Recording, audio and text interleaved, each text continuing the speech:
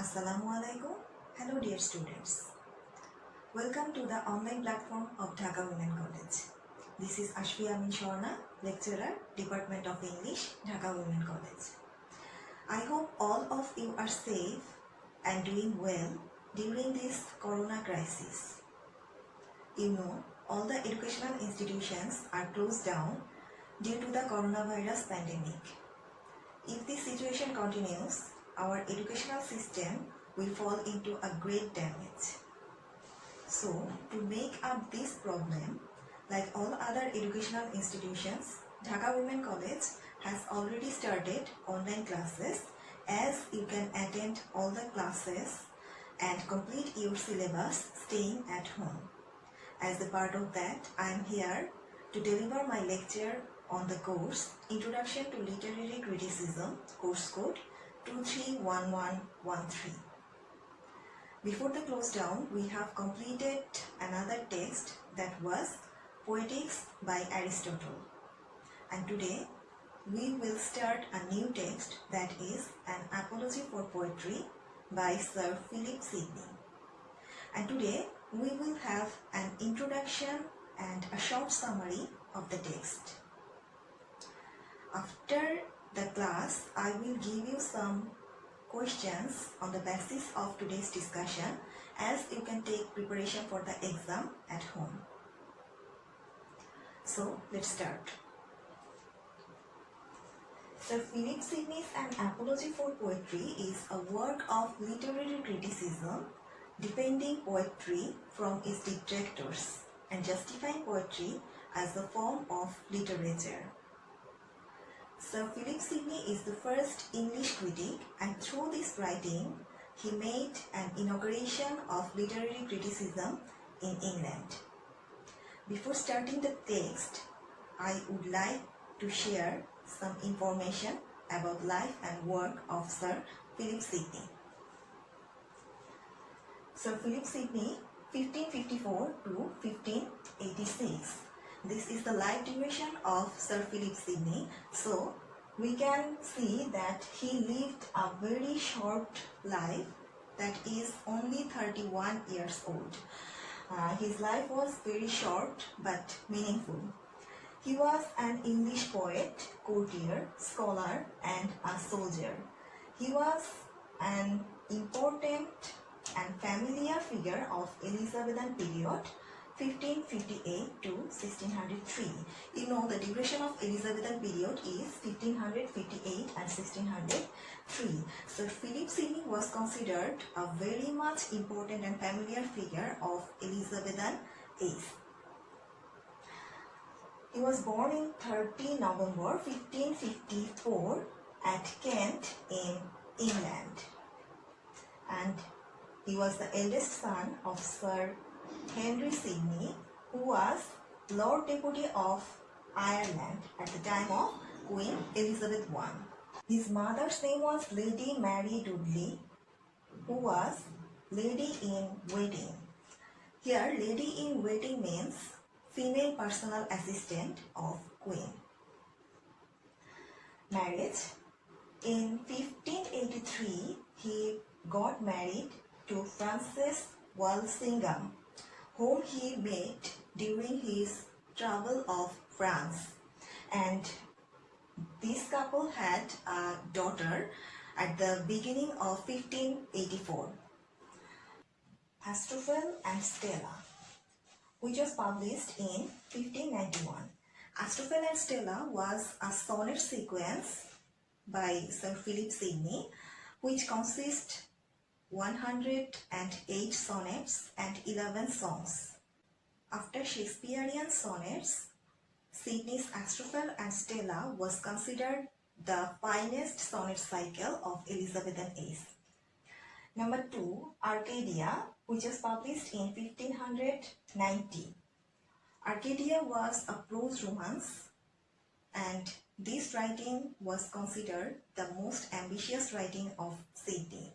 And this book was the embryo of English novel. And the third one is our today's text, that is An Apology for Poetry, which was published in 1595. And this book is a literary criticism. Injury and death. In 1586, in the Battle of Zutphen, Sidney was fighting for the cause of Protestant against the Spanish, and in the battlefield he was shot on his thigh, and after 26 days later he died of gangrene at the age of 31 in 17th October 1586. Act of self-sacrifice. It is said that Sidney's death was heroic and avoidable. From an account, there is a story that in the battlefield, when Sidney saw that one of his soldiers was not fully armored, so he put off his thigh armor on the ground to show him that he was not better armed than him. And if he would not do so, he may avoid his thigh injury. And it is also said that he was composing a song in the battlefield that would be sung by his deathbed. There is another famous story about his self-sacrifice, that is, while lying wounded in the battlefield, he was about to drink water. Then he noticed that another wounded soldier was looking at him who was also thirsty. Then he handed over that water bottle towards him, saying that thy necessity is yet greater than mine. That means you need this water more than me. What a sacrifice. And this story is possibly the most famous story about the sacrifice of Sir Philip Sidney, which intended to illustrate his noble and gallant character. This was a short biography about Sir Philip Sidney. Now we will have some basic information about the text and apology for poetry. Date of composition. Actually, there was no certain date of composing this writing. It's approximately 1579 or 1580. It may be at the end of 1579 or in the beginning of 1580. Date of publication 1595. This book was published in 1595. If you notice, you will see that all the writings of Sir Philip Sidney was published posthumously. That means after his death. It's because he actually wrote for his own amusement and for that of his close friends. And also for avoiding commercialism, he did not allow his writing to be published during his lifetime. There were two editions of this book. Number one, Defense of Poesy. This title was given by Sidney himself, and another title is An Apology for Poetry, that which are now reading. Actually, there were two publications who published this book, and that's why there are two titles from that two publications. The apology here doesn't mean begging pardon or being sorry. Generally, we know that the word apology means begging pardon or being sorry for some mistake. But in this title, the word apology comes from Greek apologia, that means an argument or defense in response to. So, both the word defense and apology convey the same meaning.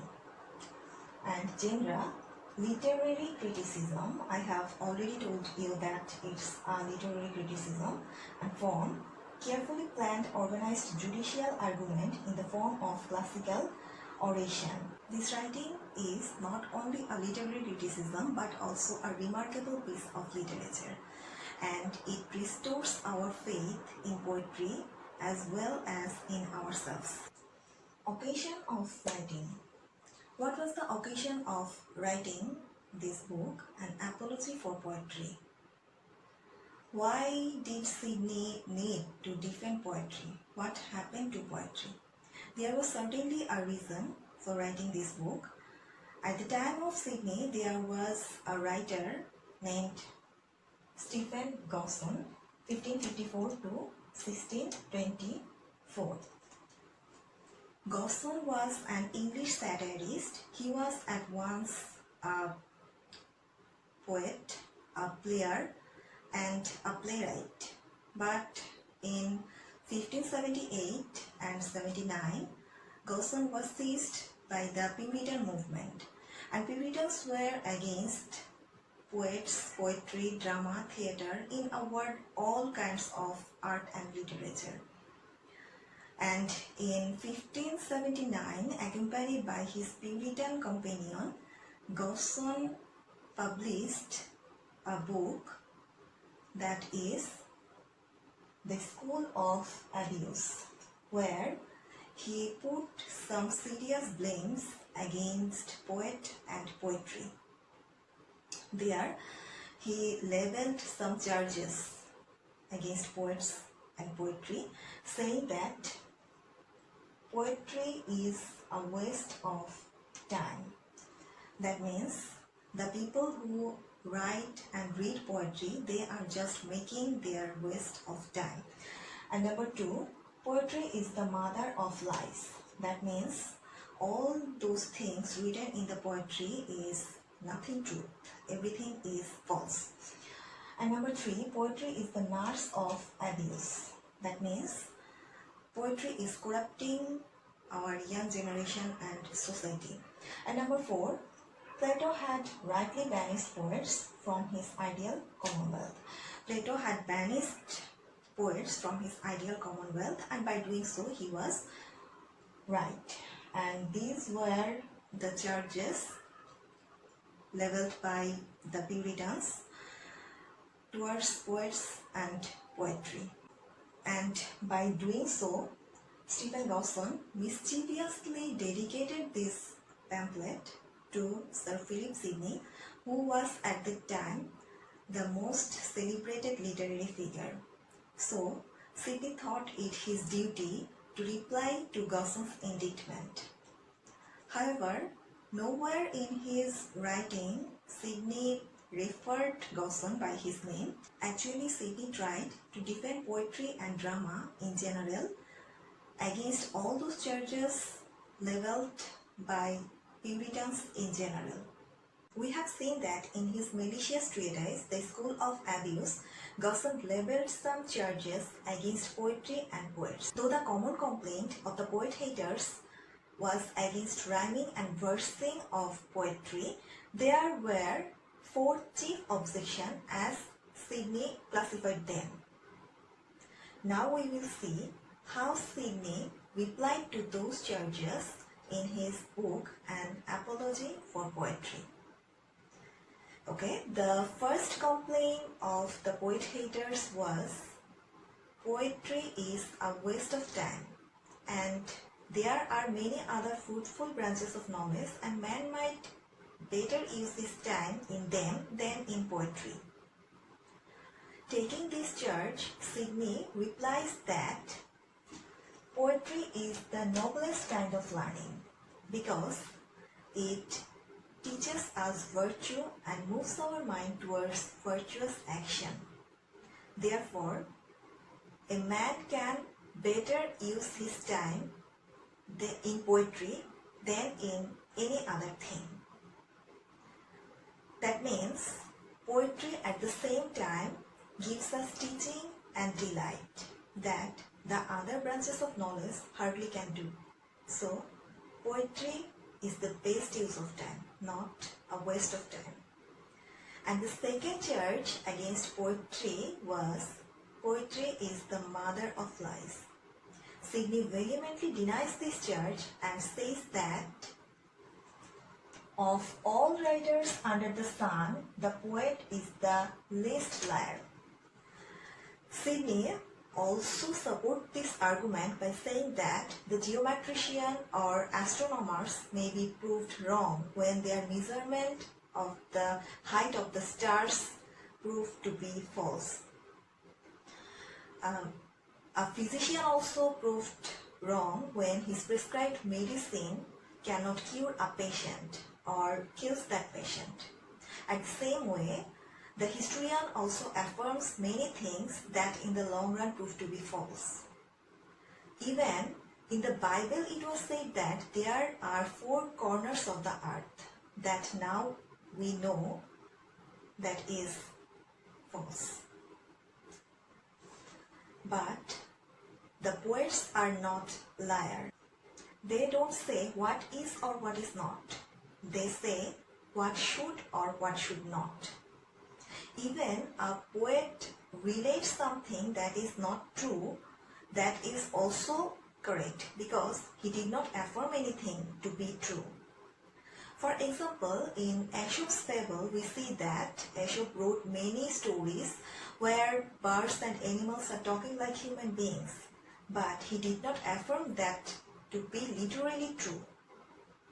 And we all know that poetry is a fictional work of literature, and fiction cannot be real.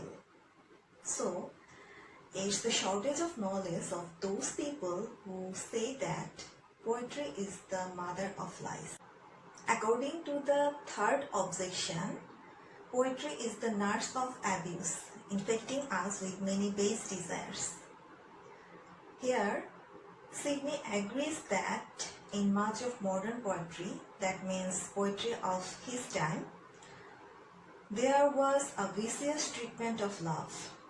But love itself is not bad, because it shows an appreciation of beauty. According to Sidney, the fault lies not with poetry, but with the poets who abuse it. And it's a man's wit that abuses poetry, not vice versa. That means it's not poetry that abuses man's wit. So, poetry cannot be the nurse of abuse. It's some so-called poets who are the nurse of abuse. And the fourth charge of the poet haters was that Plato has rightly banished poets from his ideal commonwealth. And in replying this charge, Sidney says that this complaint is totally without foundation, because Plato did not find any fault with poetry. Rather, with some poets of his time to abuse it. Actually, Plato found that some poets of his time intended to spread wrong opinions about gods, and he did not want the youth of his country to be corrupted by their study of poetry, where the gods were represented as lustful and revengeful. So, Plato's objection was theological in nature. Thus, Plato should be considered as a patron of poets, not their adversary. So, we can see that Sir Philip Sidney successfully replied all the charges against poets and poetry by Puritans. And he refutes all the arguments with much logic and knowledge. It's a very important topic, and you may find various questions in your exam from this topic. For example, as a short question, you may find that what was the first or second charge against poetry and poets, and how Sidney replied them. And as a broad question, you may find that what were the charges by the Puritans and how Sidney refuted them. It will be better for you if you take preparation for the broad question as a whole, and then you will be able to cut it down according to your need. However, I will give you the questions at the end of the lecture. I have already told you that the book An Apology for Poetry is written in a very planned way, and the book falls in following division. We can divide this book into these divisions. First of all, exordium, that means an introduction. It's an introduction written in such a way to gain attention. And number 2, narration, the statements of the facts of the case. In this part, Sydney says that the aim of poet is to teach and delight. And number 3, propositio, thesis or argument. Here, Sydney gives information about 3 types of poets. And number 4, confirmation, evidence that support thesis. In this part, Sydney says that poetry is better than history or philosophy. And number 5, this is the most important part of the book, that is refutation, answering arguments. In this part, Sydney gallantly refutes all the arguments labeled by Stephen Dawson or the Puritans in general. And number 6, digression, talking to different topic. Here, Sydney talks about different types of poetry of his time, like epic or heroic poetry, tragic poetry, pastoral poetry, elegiac poetry, lyric poetry, satiric or iambic poetry. Number 7, perorate or conclusion. In this part, Sydney concludes and advises poets to write with beauty, grace, and in controlled way. This was, in short, the book Apology for Poetry. In the next class, we will discuss in detail. So, from today's class, we have got a general idea about the text.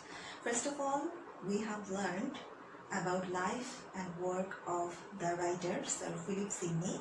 Then we had some important information about the text and Apology for Poetry, and after that we had a general idea about the summary of the text. So this was all about today's class, and you have some questions for your preparation. You have these 2 questions. What was the occasion of writing an apology for poetry? Or why Philip Sidney wrote an apology for poetry? And number 2 is, what were the charges against poets and poetry by Dawson? You will make note on these 2 questions, and you can take preparations from the information that I have given about the writer and the text. You know, we are passing through a very critical time, and still now the only easiest solution is to stay at home. So stay at home and take care of yourself and your family members, and pray for everyone. See you in the next class. Thank you all.